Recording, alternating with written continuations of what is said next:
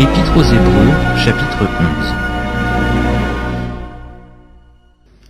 11. Or, la foi est une ferme assurance des choses qu'on espère, une démonstration de celles qu'on ne voit pas.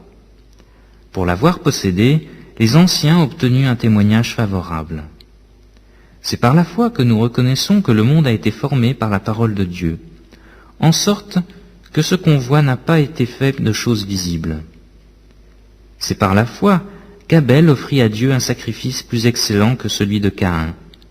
C'est par elle qu'il fut déclaré juste, Dieu approuvant ses offrandes, et c'est par elle qu'il parle encore, quoique mort.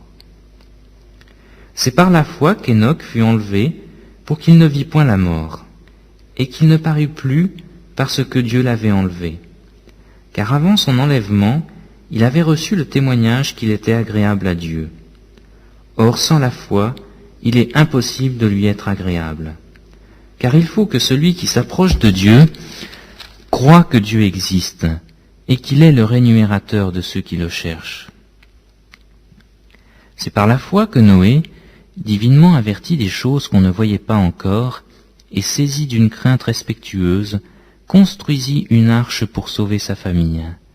C'est par elle qu'il condamna le monde et devint héritier de la justice qui s'obtient par la foi. C'est par la foi qu'Abraham, lors de sa vocation, obéit et partit pour un lieu qu'il devait recevoir en héritage. Et il partit sans savoir où il allait. C'est par la foi qu'il vint s'établir dans la terre promise, comme dans une terre étrangère, habitant sous des tentes, ainsi qu'Isaac et Jacob, les co-héritiers de la même promesse. Car il attendait la cité qui a de solides fondements, celle dont Dieu est l'architecte et le constructeur.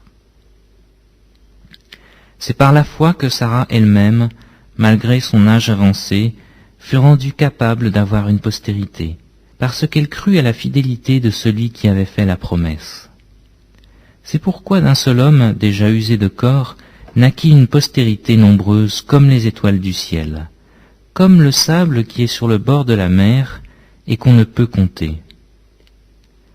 C'est dans la foi qu'ils sont tous morts, sans avoir obtenu les choses promises, mais ils les ont vus de loin, crus et salués, reconnaissant qu'ils étaient étrangers et voyageurs sur la terre. Ceux qui parlent ainsi montrent qu'ils cherchent une patrie. S'ils avaient en vue celle dont ils étaient sortis, ils auraient eu le temps d'y retourner.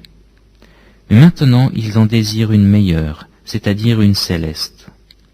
C'est pourquoi Dieu n'a pas honte d'être appelé leur Dieu, car il leur a préparé une cité.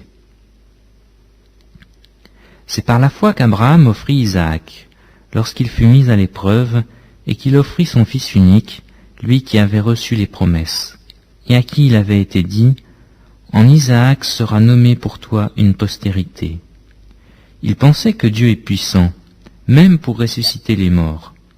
Aussi le recouvra-t-il par une sorte de résurrection. C'est par la foi qu'Isaac bénit Jacob et Ésaü en vue des choses à venir.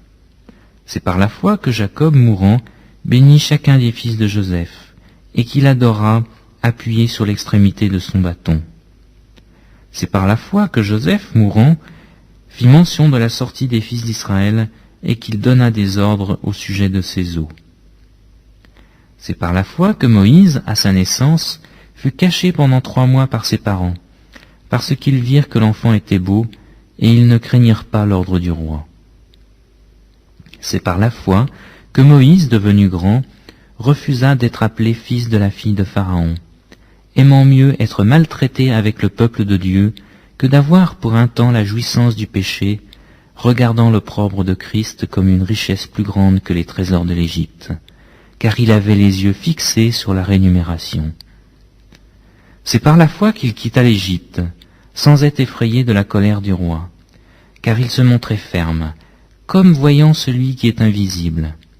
C'est par la foi qu'il vit la Pâque et l'aspersion du sang, afin que l'exterminateur ne touchât pas au premier-né des Israélites. C'est par la foi qu'ils traversèrent la mer Rouge, comme un lieu sec, tandis que les Égyptiens qui en firent la tentative furent engloutis. C'est par la foi que les murailles de Jéricho tombèrent, après qu'on en eut fait le tour pendant 7 jours. C'est par la foi que Rahab la prostituée ne périt pas avec les rebelles, parce qu'elle avait reçu les espions avec bienveillance. Et que dirais-je encore? Car le temps me manquerait pour parler de Gédéon, de Barak, de Samson, de Jephthé, de David, de Samuel et des prophètes, qui par la foi vainquirent des royaumes, exercèrent la justice, obtinrent des promesses, fermèrent la gueule du lion, éteignirent la puissance du feu, échappèrent aux tranchants de l'épée, guérirent de leur maladie, furent vaillants à la guerre, mirent en fuite des armées étrangères. Des femmes recouvrèrent leur mort par la résurrection.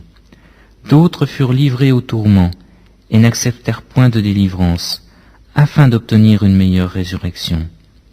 D'autres subirent les moqueries et le fouet, les chaînes et la prison. Ils furent lapidés, sciés, torturés. Ils moururent tués par l'épée. Ils allèrent çà et là, vêtus de peaux de brebis et de peaux de chèvre, dénués de tout, persécutés, maltraités, eux dont le monde n'était pas digne, errant dans les déserts et les montagnes, dans les cavernes et les antres de la terre.